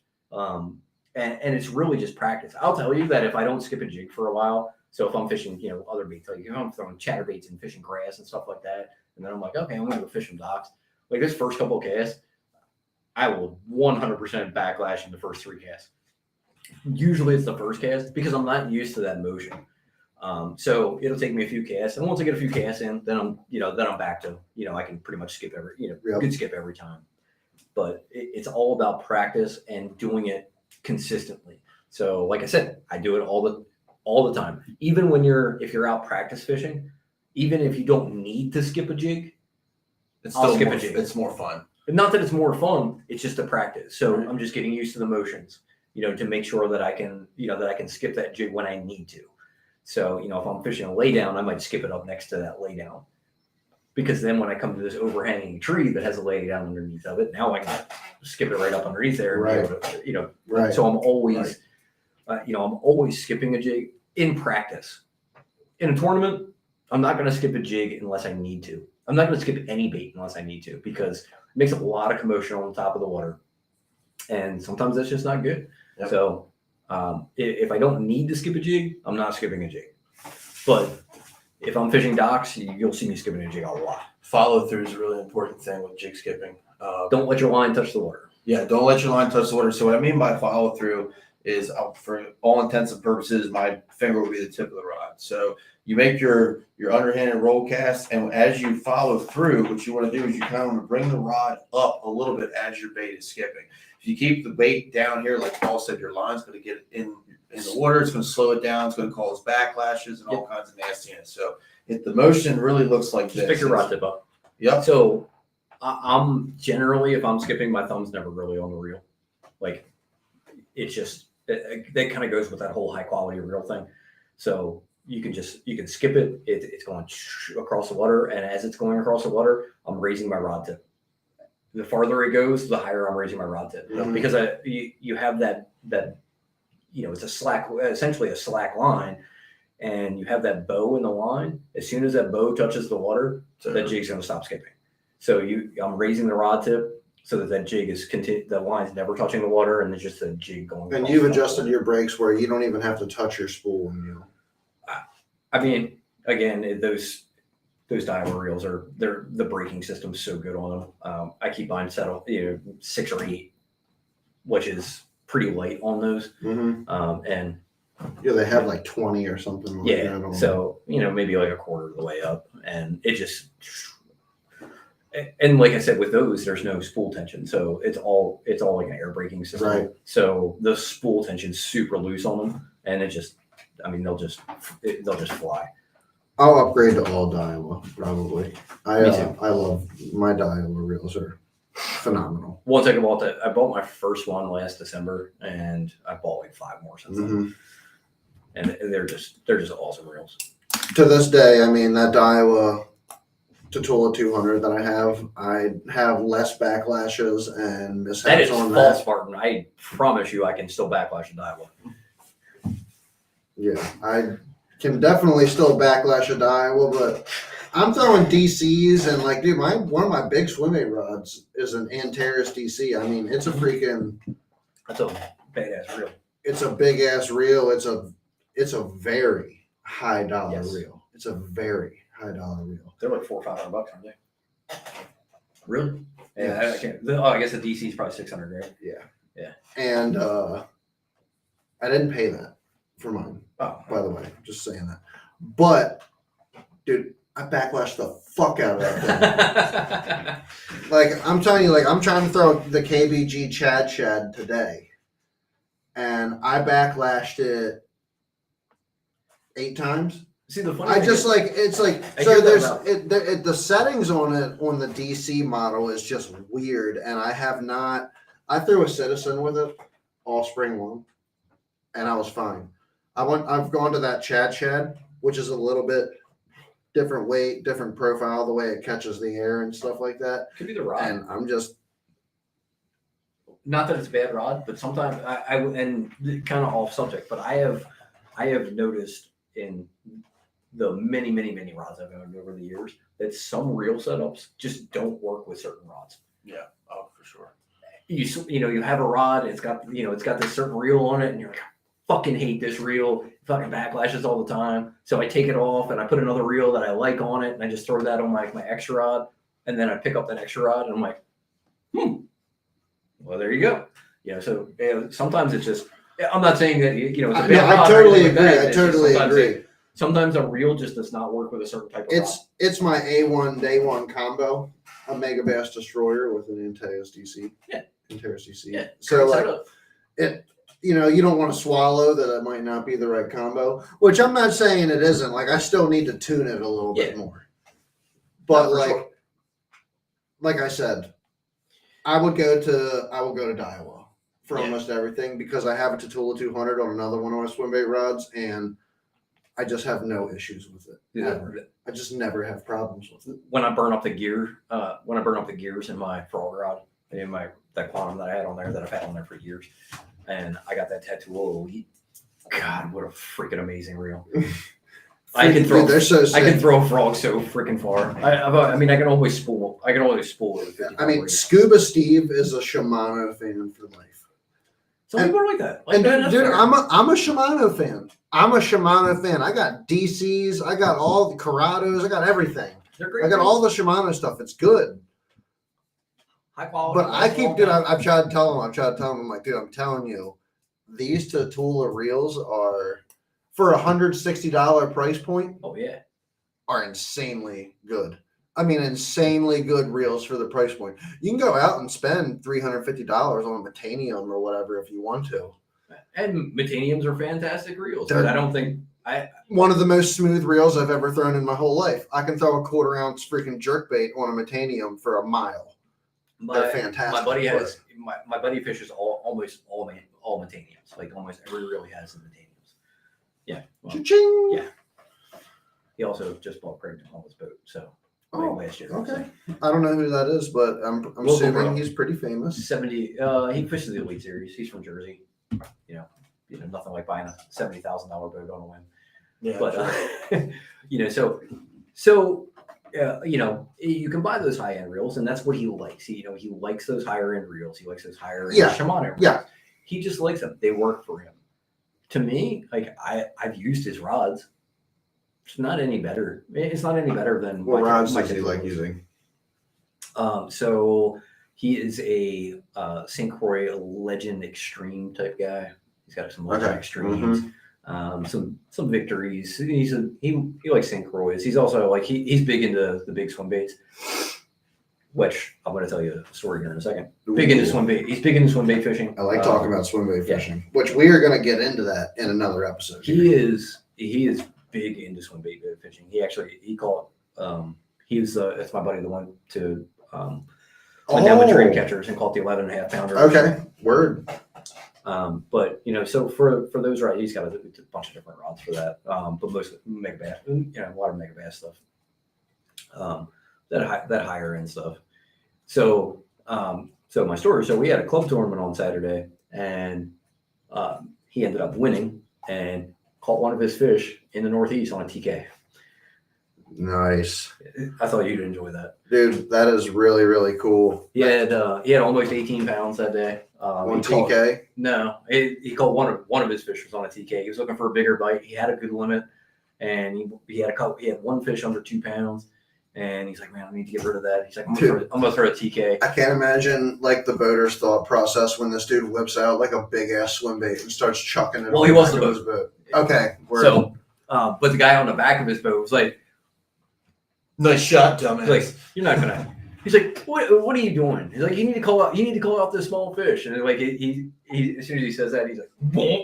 a 3.5 pounder on the TK to call out one Yeah. that's about 1.5 pounds. Yeah, So big baits do work. they do. I mean, Timing is selective, but they absolutely for this time work. of year. I mean, he had 17.8 pounds. That's a good bag this time of year. Right. Especially outside of a team tournament. That's all by him. All on his own. And that's it's- locally, that was on the Northeast. right? Yeah, right on. So we had our club tournament out of Tidings. He was over in the Northeast somewhere. Yeah, that's what I'm talking about, Myron. Jerk. Kicked my ass that day. Yeah, not there's not that many guys in the area yet that are utilizing the big bait techniques. Yeah, a lot of, and he's not afraid to. He's not afraid to pull out a big bait. If he's having a tough day, or if he's looking for that kicker, he's not afraid to throw it. Throw it the rest of the day to look for that big bite. I really think some of those tough days are one of the best days to utilize the big bait. Even if it I doesn't, really do. Especially if you're in cleaner water. Mhm. Even if it doesn't, even if you don't catch the fish on it, the draw power. You may not catch you may not get a single bite on the glide bait, But you might see a pack. but you might throw it up next to a dock and see a 4 pounder, follow it out. Well, now I know there's a 4 pounder on that dock, so now I pick up my jig, throw my jig in there, and try to catch that fish. It's like the poor man's live scope. Yeah, it is. Well, It not is. really. Well, Poor man is selective when in the game of swim bait fishing. I bet you how much was that TK that he was throwing? I mean, it's like 120. $120, $150. Yeah. So, yeah, They float. Well, TK's float. nah, it's a low float. It's a low float. So it's slow sink. Yeah, I mean, you can get it back, but he's also got hinkle trouts and high power herrings, and Yeah, that's too much for me now. Like the hinkle trout. Like if I bought a hinkle trout, it'd be hanging on the wall. he threw it. That's in just a North Carolina. waste of a beautiful bait, though. Dude, it's gorgeous. It's yellow. It's yellow perch. It's like a yellow perch. Oh, color, really? And it looks like an 11-inch yellow perch. Oh man, I would freaking. It's freaking. Cool. I would love to see that in person. See a hinkle in person would be freaking cool. Yeah, he's got. That's a legendary bait. He's probably got a hinkle shad too. I Mhm. mean, he loves big swim baits. He's just got a ton of them, and he likes to throw them. Like I said, he goes down every year with dream catchers. He goes down with and gets a guide trip with dream catcher. They don't throw anything but big swim baits. Yeah, like that's why he goes down there. The first year that he went down there, I don't think he caught a fish. He had like an 8 pounder hooked and came off. And then he went down this year and caught an 11.5 pounder, which they're pretty sure. You might find this interesting. It is the largest fish caught on a DRT bait cast to catch on video. They have a cast to catch on video, and they're pretty sure it's the largest DRT fish ever caught on video. that's freaking cool. So pretty cool. He was super excited. I'll have to show you the video sometime. When he catches it. I would love to see that. It's like Yeah. It was pretty cool. Now I have to go buy a TK. Thank you. Yeah. I've been wanting one, but I if think that it was isn't the the big one. motivation to go buy one, I don't know what. Pretty sure he is. caught the big one on a K9. The A K9. I want a TK. I'm not I don't have all the faith in the 9 and the 10-inch freaking baits and everything yet, but 6 and 7-inch baits I'll throw all day long. You can throw 8-inch bait, I'll throw 8-inch bait. So those 9 and 10-inch baits do work really well in early winter and on Loch Raven. Right. A lot of guys throw like big trout baits over there, and my buddy Zach, who I used to hang out, Zach Bolin. Zach Bowen. You know Zach? I know Zach. So I used to, oddly enough, used to be in the cars, and so was Zach. So that's how I knew Zach, and he caught a 9.5 pounder last year. Oh yeah. And he's making his own. Well, he's not making glides now, but he's making big poppers and stuff like that. Yeah, he's big Yeah. into striper fishing. Yeah. Down at the dam with the surf Mhm. rods and stuff like that. Well, So I mean, dude, his swim bait collection is nothing less than impressive. Yeah, him and Adam both. Adam Saxon too. I'm sure. I don't. Thanks, buddy. Actually, I don't. Their swim bait collections are ridiculous. Yeah. No, I've talked to him a couple times about his swim bait stuff, and it's pretty remarkable some of the stuff he's got going on. Yeah. Some of his rod combos and everything. Oh, that's another thing he does. He makes Yeah, he makes rods. yeah. He makes rods too. He makes rods. Him and Adam both make rods. Okay. I've known both of them for many years. Zach's a super cool dude. Really nice dude. So is Adam. But they make a lot of their own rods. Adam is really big into making like the big surf rods for chucking those poppers like 300 yards. Like some freaking tuna shit. Dude, they throw 13-foot rods down there at the dam. So fishing from the bank, they're throwing 13-foot rods For rod fish. They can hit that if you've ever been to the dam, there's a wall On a spinning reel. Yeah. Yeah. They can hit that wall. That wall's like 150 yards away. Yeah, it's crazy. So they're using these like 13-foot rods to throw these giant poppers all the way out there. It's funny watching. Like they'll make this like bomb cast. It takes them like 3 minutes to get it in. Like Just like they're working it up like this because you got to work it up because they sink. Those poppers sink. oh, do they? Yeah. So those big poppers. So you're they're working them like this, and they're just doing this for like 3 minutes for each cast. It's crazy to watch. No, not something I've ever tried. Until something just comes up and just Oh yeah. and just annihilates that massive pop. And sometimes it's a blue cat. Yeah, Or oh yeah. flathead or giant Yeah. flathead or something. Usually the flatheads don't hit top, but they catch a lot of blue cats though. Oh, do they? Wow. Big stripers, big strippers. A lot of big stripers. So to finish off our jig conversation, I just want to talk a little bit about trailers and just I have really like 5 main types of trailers. So for a swim jig, trailers on swim jig, I'm throwing either I'm gonna pull out one of these nice Bass Munitions swim baits. Bass Munitions baits. Mm, Can't go wrong with the Bass Munitions.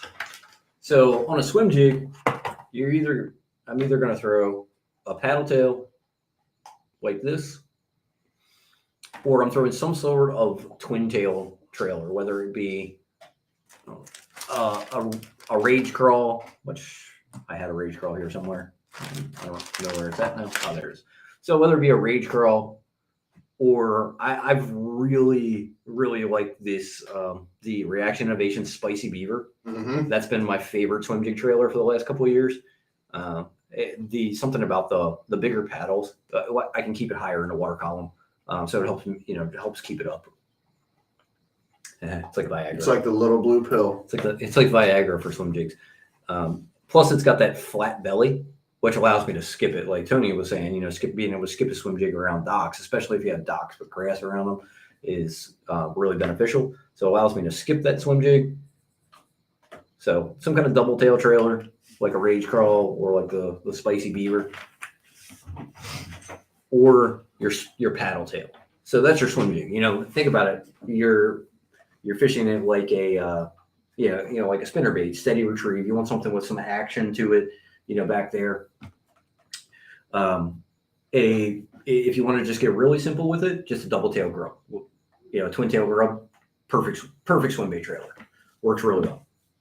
Also works well on a football jig. I like a twin tail trailer on a football jig too. Other types of trailers. For my football jigs, we talked a little bit about that. I like a crawl style bait, or twin tail grub. Twin tail grub, I do like a twin tail grub a lot on a football jig. Mm-hmm. For flipping jigs, I did bring some twin tail grubs. So Zoom, my favorite twin tail grub for. That is not what I was thinking. What were you thinking? The Yamamoto? I was thinking of that. It's got the little. Like a menace grub? Yeah, like what Rob Yeah. likes to throw. Yeah, I left it at home for a reason. Thanks for bringing that up. Sorry. So this is a Yum twin tail Fat Albert. So the Fat Albert twin tail. That's probably one of my favorite football head trailers in the summertime. Because summertime, I want a lot of action. The more action you have, faster, metabolism's higher, more action. They're going to be a little more active. The cooler the water gets, the less action you want on your jig trailer. Mm-hmm. So that's when you go to your chunk style baits. So My favorite chunk is, as I said earlier, Power Bait Max Scent. This is the meaty chunk. That's my favorite jig trailer. So you see it looks like this. Just kind of looks like pretty simple. Looks like two little pinchers. Not a lot of action. Just kind of waves up and down in the water. And then the other thing, which I kind of mentioned earlier, is just your sweet beaver. So any style of beaver. Wow. What? I like those. Yeah. I promise there are no secrets. So a sweet beaver, maybe to you. And this is for skipping a jig. It doesn't necessarily have to be a sweet beaver. It can be, any kind of beaver style bait, but you need that flat plane, like so. And you don't want a lot of dangly appendages. If you have a lot of dangly appendages, bad things happen. They catch the water and that ruins your skip. So you kind of want something kind of simple, like your standard beaver, and that'll allow you to skip. Think of it like a stone. If you're skipping a stone, you're trying to find the flattest stone possible, right? Yep. When you're trying to pick that stone out. So think your jig the same way. You have that nice flat head that goes into that nice flat body. It really allows you to skip that jig. Absolutely. So those are that's my main trailers for jigs. I keep it pretty simple. There's not a lot of, I don't have 18 million different kinds. And colors, just sometimes you got to mess around with colors on your trailer. I'm pretty big on matching it. So you can see, like, I have a perfectly matching trailer on there. But there is some warrant into using a contrasting trailer, maybe like on a black and, a lot of people don't think of using like a green pumpkin trailer on a black and blue jig. There's some benefit to that. If you use for example, like I have this is black and blue with a swamp water blue rage bug on it.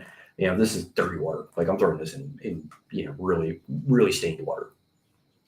But if the water's not quite as stained, and I'm throwing this and I get to some place where the water's a little cleaner, well, I might switch this out with a green pumpkin. So now that green pumpkin trailer on here makes this jig a little more versatile. I can throw in some dirtier water, I can throw it in some cleaner water, and it just shows up a little better in that cleaner water. It's not quite as intrusive as this giant blue weird crawfish looking thing. So trailer, my last note about jigs is the most important thing about a jig is the trailer. You have to play around with trailers if you want to learn how to fish jigs. Find out how does this jig, because I mentioned it earlier, the most important thing about a flipping jig is the fall rate. So you need to find out, because I'm not going to tell you, what does this sweet beaver do to the fall rate compared to this rage crawl or the Fat Albert or a chunk or something like that, or the chunk, or a chunk tray. What is that? How does that affect your fall rate? Because fall rate is the most important thing when fishing a jig, a flipping jig. Sorry, I want to be specific because football jigs you want to fish on the bottom, so not quite as important there. But a flipping jig, fall rate is the most important thing. So you need to learn how your different trailers, whatever your trailer of choice is. I'm not saying you have to go out and get these specific trailers. These are just my confidence trailers. There's a billion, Zoom makes a great chunk trailer. I fish those a lot. There's a couple of other companies that make really good chunk trailers, but you need to figure out how they affect your jig. So, what does a sweet beaver do on a half ounce jig? How does that fall compared to a 3/8 ounce jig? Okay. Or a 3/8 ounce jig with a chunk trailer. A 3/8 ounce jig with a chunk trailer might fall the same speed don't take my word for this, might fall the same speed as this half ounce with this bigger trailer on it. Or I will say like something that's got like big flappers on it where, let me see that one.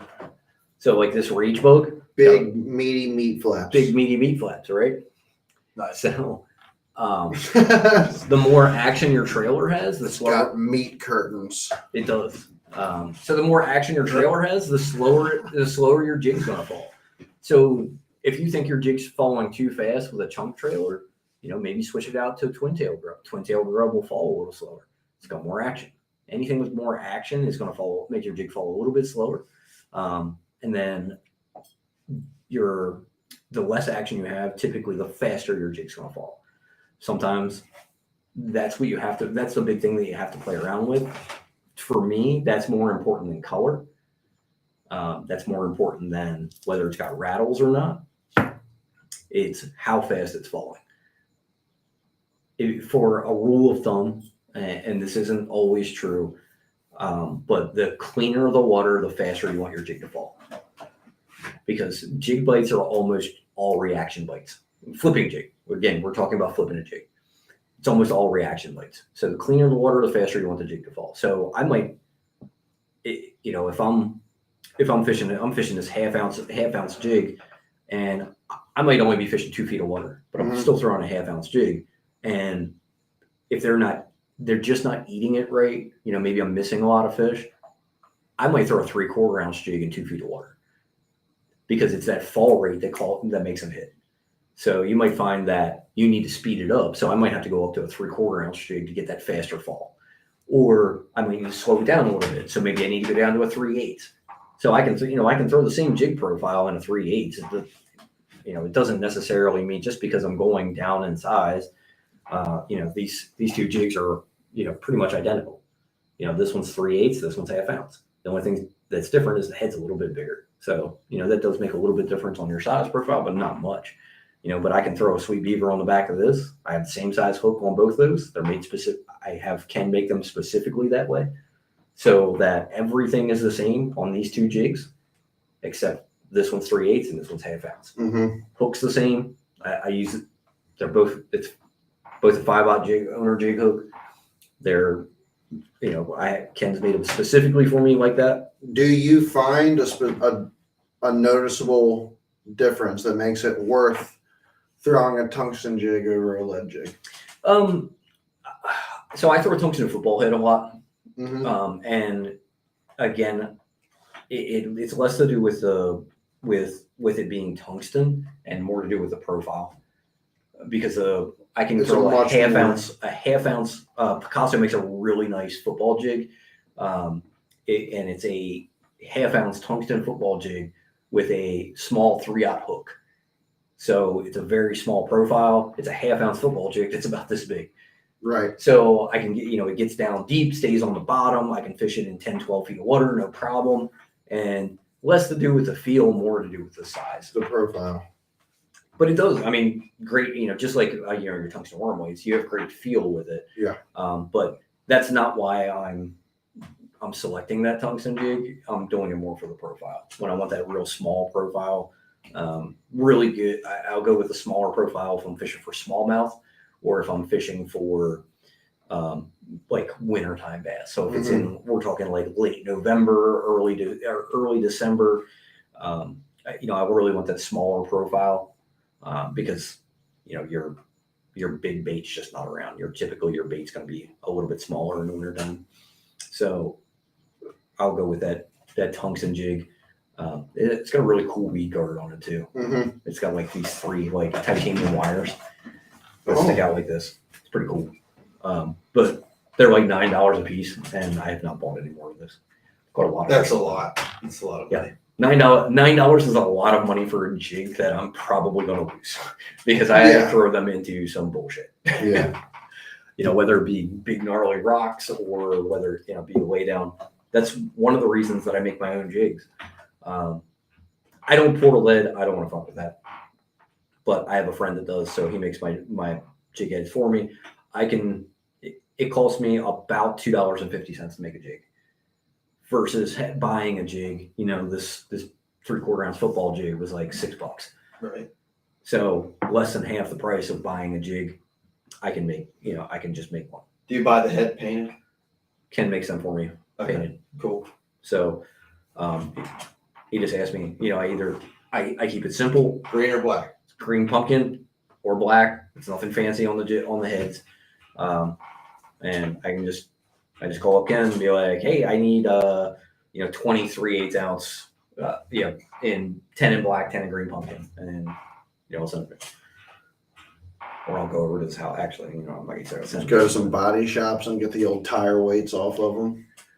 So yeah, he actually. So one of the things that they've done they've done this for years because they do a lot of reloading. They're into shooting. Yeah, a lot of guys in my club are into shooting. They do a lot of reloading. Okay. They'll snag, like anytime you see like a bait fisherman snag, that snagged his line on a piling, it's got that big like 2-ounce sinker on it. Yeah, They'll be like yoink. That's awesome. And then cut it, throw it in the back, and throw it down the boat. Yeah, there's a lot of that. Yeah. So any way that they can get it to save a couple, bucks. But, Mhm. Ken make some really good baits. So anybody They look very nice. They look a very nice quality. Yeah, he does a really good job on those for me. He doesn't make a lot of jigs. He has a jig mold. Again, I think I'm pretty sure I'm his biggest jig customer because I usually make orders of like 25 to 50 at a time. Somehow that doesn't surprise me, Paul. I love fishing jigs. I mean, over half the jigs in my box down here have his jig heads on them Mm-hmm. because I make my own football jigs. I make my own footman jigs because I like to control everything that I can. I like very specific colors. I'm very big on match and match. So, but as we said earlier, with colors on jigs, don't think too much into it. You need 2 colors. You can get away with 2 colors. You got a green pumpkin jig. You got a black and blue jig. Yep. 90% of the time, you're good. So. Right on. Deborah, fishing today was not good. Maybe you should have been throwing a jig. For me, maybe I should have been throwing a jig, but I didn't because I caught a 5-pounder on a mag draft yesterday. So I threw a mag draft and a big ass glide bait. That's funny. And that did not work for me. On the other side, though, Steve threw a crankbait and a chatterbait the whole time and didn't yield anything either. So, No. it just was one of those days. And neither one of us wanted to slow down and throw a freaking shaky head or wacky or anything like that. And we just wanted to power fish, and that's what we did. And it just didn't work out for us today. But other good news. Throw your jigs. Other good news. The boat is in the shop as of today. Good. And they were pretty much backing it into the garage to look at it as I was pulling away. So hopefully I'll get some news on the boat here in the next day or two, and figure out what the hell is going on with it. So I would love to have it back for at least springtime. You'll have it for sure. You'll definitely have it before then. You'll probably have. Hopefully, you get it back for that for the fall bite. It's probably about a month away from when that really starts. That's what I'm really would hope for, is to have it back for fall. Got to get you up on the Upper Bay in November. Yeah, for sure. But I just, November on the Upper Bay is definitely it's one of those times. Like if you're looking for your PB, like that's the time to be out. It's also probably depending on water clarity, it might be a good time to throw the big baits up there. Yeah, you don't have to tickle my pickle. I'm gonna be chuck those throwing big my ass A things. rig up on Kyle and go until I'm dead. See those over there? Keep the citizens. I'm gonna throw them. I'm gonna throw that out. I just bought 2 more packs yesterday. I'm thinking more like the big, it's like a glide bait type deal. I always thought that might be good that time of year. I got the old KBG shad ready to roll. I'm gonna be throwing the hell out of an underspin, an A rig, and some jigs. Actually, You should throw a 6-inch underspin. How about a 4-inch? Mag draft 6-inch with the underspin. Or But just there's- throw a mag draft, a 6-inch mag draft with a treble hook. Yeah. But there's with the treble hook, sure, but small. 6 inches is small. Small mouth. They will. Smallmouth. A smallmouth will eat a 6-inch bait without a problem. Did you not see them tear up that glide bait I was throwing on the back of your boat? That day? Yeah, it's. But I would definitely. Special you do raise circumstances. He's like Special still in circum- denial about Special it. circumstances. You do raise a good. It does make a good point because if you're throwing, if you're throwing the mag draft freestyle, that is a big hook to get into a smallmouth's mouth. So I would definitely go with the treble, the line, Right. the harness version. But he's just saying the glide bait was a special occasion. I could definitely go. I did go back and replicate it. Yeah, you can. It's Yeah, but it's smallmouth are very aggressive and they'll eat big baits.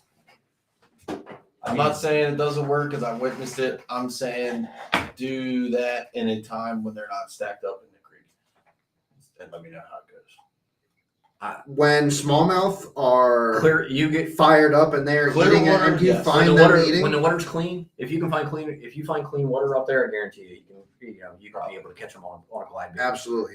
And if they're Little different if if the they're water's fired dirty, up, if they're fired up and they're chasing bait up on the surface, Yeah, and they'll you eat fire a glide bait over there, they'll eat it. You just For got sure. it's timing. They will absolutely chew on a glide bait.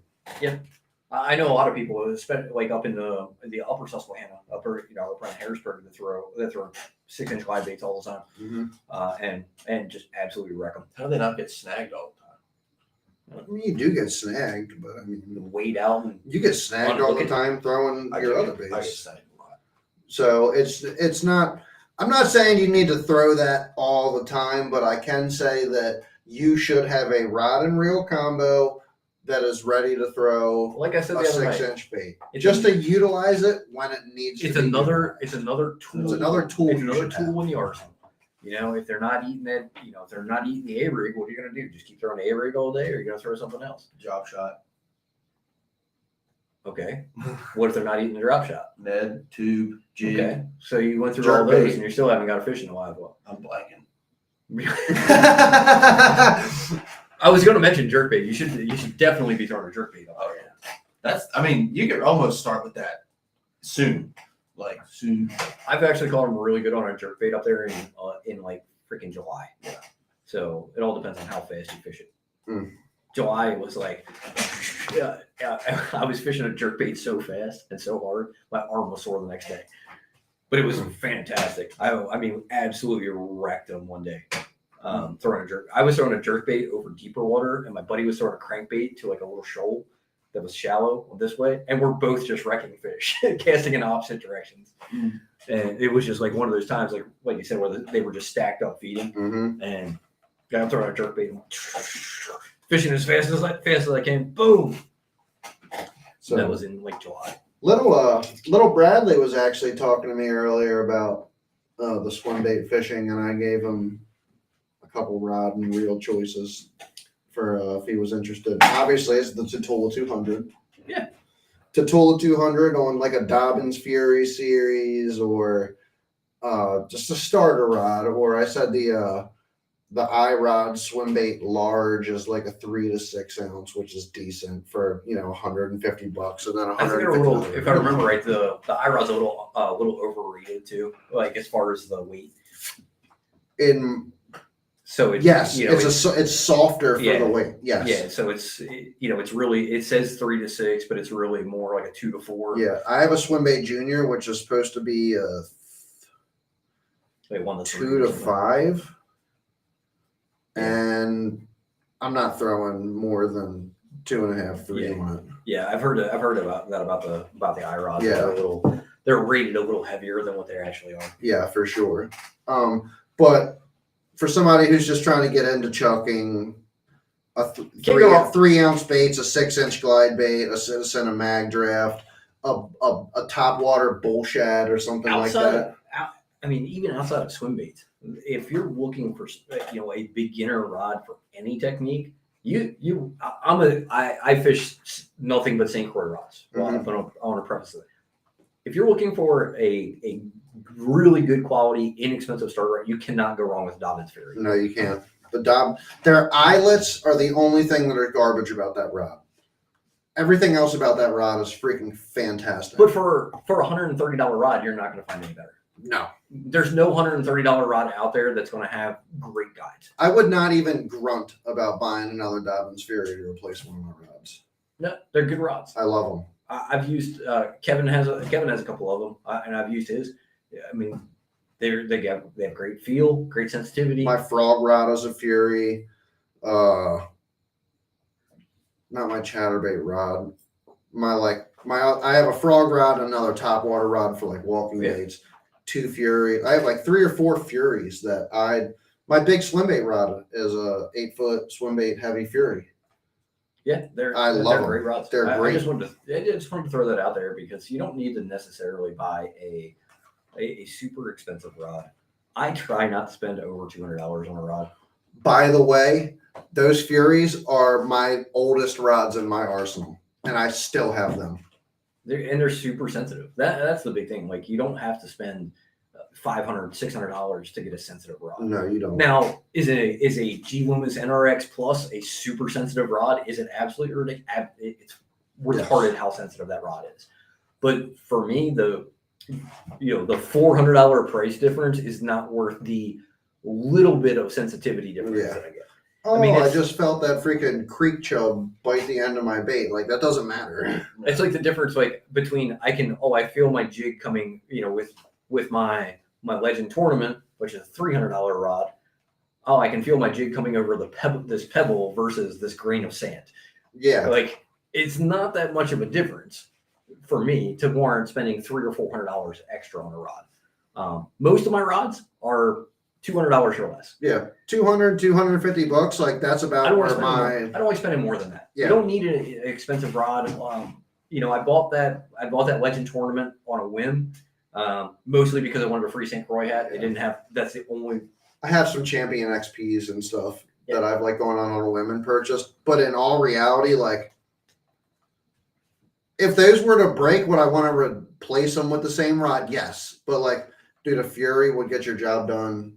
Yeah. For a much lower price point. And I like you wouldn't be on Fury even has cork handles.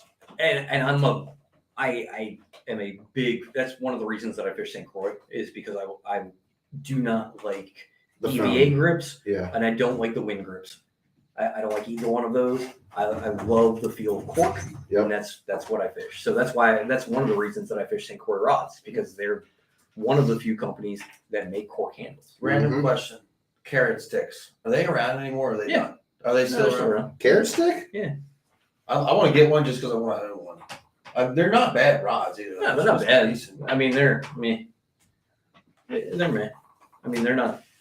Again, I like to know where my blank is manufactured. So, side note, How much money is one of those carrot sticks? It ranges anywhere from $179. they have more expensive ones, but up to like 400. I can't stress enough if you were gonna buy something like in the mid-grade range, dude, I'm telling you, a freaking Shimano X Pride is one of the best $250 rods on the market. Period. It is a $250 rod that fishes like a $500 Loomis. I like my go-to. Swear.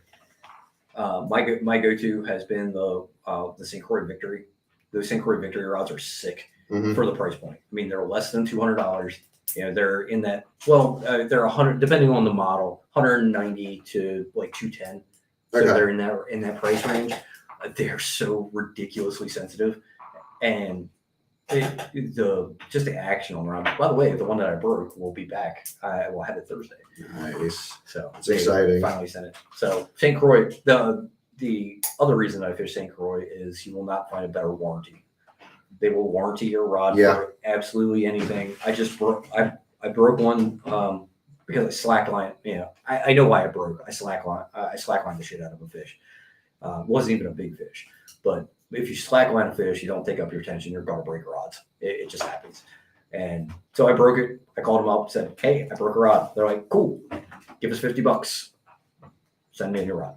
One of the reasons that And part of the it's $25 for shipping, $25 for the rod replacement. So that's for their lines that are made in the U.S. So that's from the Premier Series up. they're 15-year warranties. Mhm. So in 10 years, if I break that rod, I just call St. Croix and say, I broke my rod, and for $50, I got to do it. Yeah.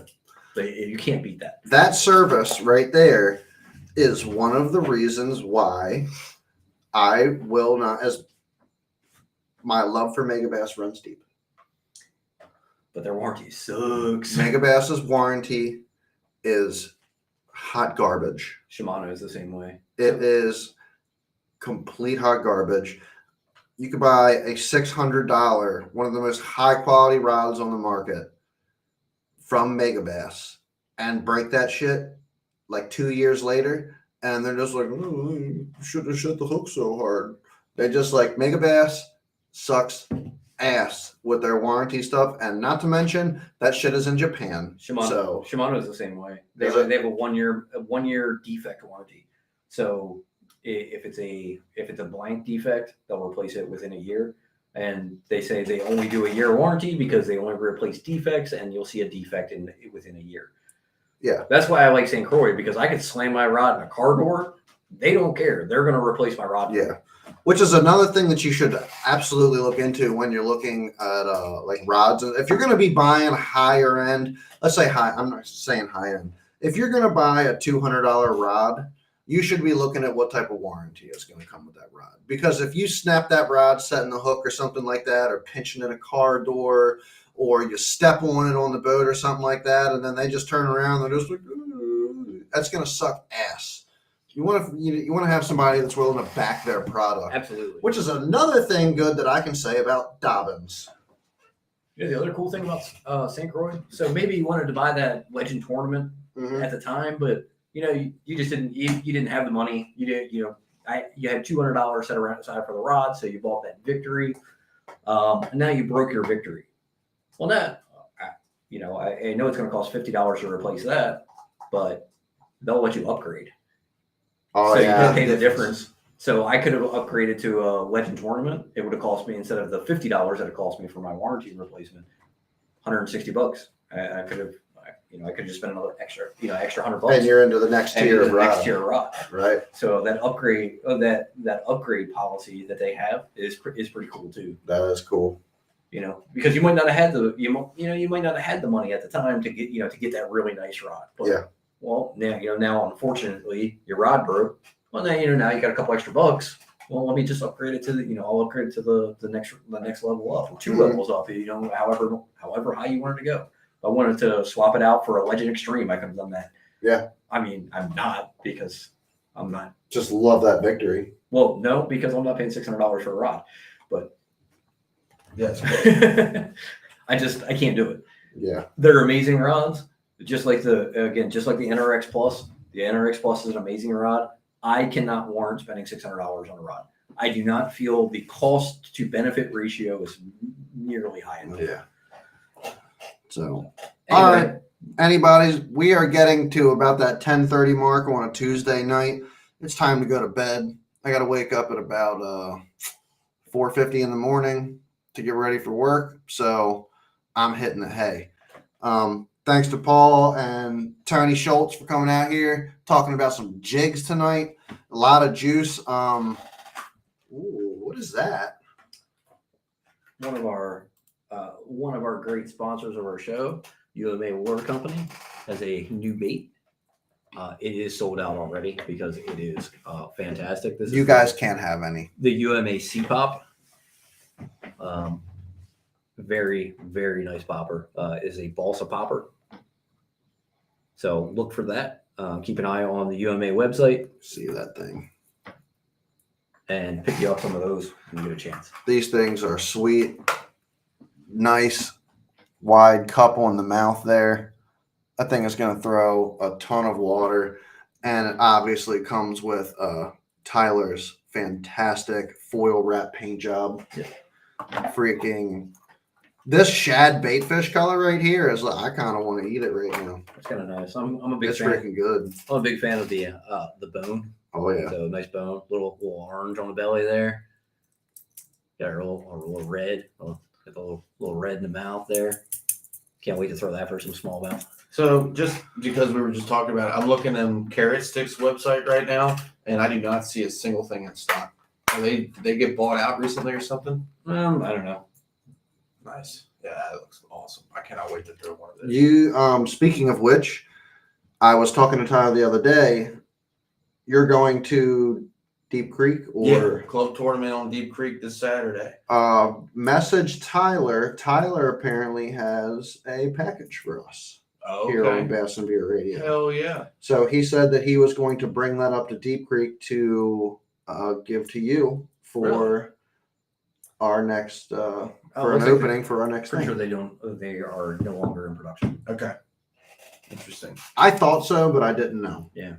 Well, Tyler used to be in my club, so if Tyler's going to drive all the way up there, he could just fish off the back of my boat for a couple of days. You already have a house. All he's got to do is put into it. And he's going up there to do something and fish something. So he, as I was talking to him, he told me to see if you were going up there. He's got a care package for us. Oh hell yeah! So That sounds awesome. Is he fishing with your club? No, not that I'm aware of. But I mean, if he wants, it could be. But I haven't heard. If he wants to fish with us and he's not already fishing with us, he wants to fish on my boat. Let's go. We fished together before. So. Yeah, I can't. those are some freaking sexy ass freaking poppers right yonder. I can't wait to throw those for some smallmouth. Yeah, Whether that's it be on pretty Deep good. Creek or That's it. Conowingo. I'm just excited to throw one of those. Period. That's just this fall. That's just going to get tore up. Yeah, they're definitely going to see some action on Conowingo. Those are gonna have hook rash by the end of the fall.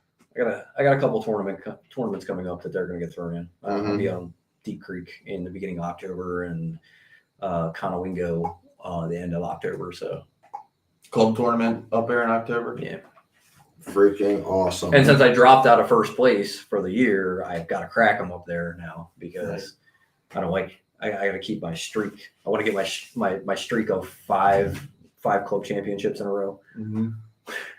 Once I get to 5, then I'm good. All right, everybody. That is another episode of Tackle Tuesdays. Tonight we covered jigs. We will catch you guys on Friday for an episode of Friday Night Shenanigans. Will you be there, Tony? I will not. I'll be on Deep Creek. You'll be on the way up there at Deep Creek. I'll be up He'll there. be already. in there. You'll be in Deep Creek. I'll already have a fish for a day. He's going to be eating pizza. I will be eating pizza with the wife and probably watching some form of TV show. I love One movie. of them. No. It'll be like You guys are or going to less watch. Game of Thrones. No, you're going to sit down and watch The Notebook. No, you obviously don't know my wife. No. We are not watching The Notebook. It would. What have we been watching? House of Dragons. Yeah, we watched that last night. I do need to catch up on some Rick and Morty, but Oh, Rick and Morty has been discontinued. How about the new? there's a new season out right now. Shut the fuck up. Yeah, season 6 just came out. What about the new season of September Beavis? 4th. Nuh-uh. Yes. You know, there's a new season of Beavis and Butthead out too, right? Yes, I and know. it's hilarious. Yes, Rick and Morty. Absolutely. The new season of Rick and Morty just came out. Season 6 came out September 4th. Was the first episode. I thought it Just was watched it. discontinued. No. Oh, dude, my night has been made. Where are you watching that? So the first episode is available on the Adult Swim website. Episodes 2 and 3 are not, unless you have a cable provider, which I do not, because I decided to drop my cable, and now I'm kicking myself in the ass because I can't watch Rick and Morty. So they're not going to put it on any of the like HBO or something like that.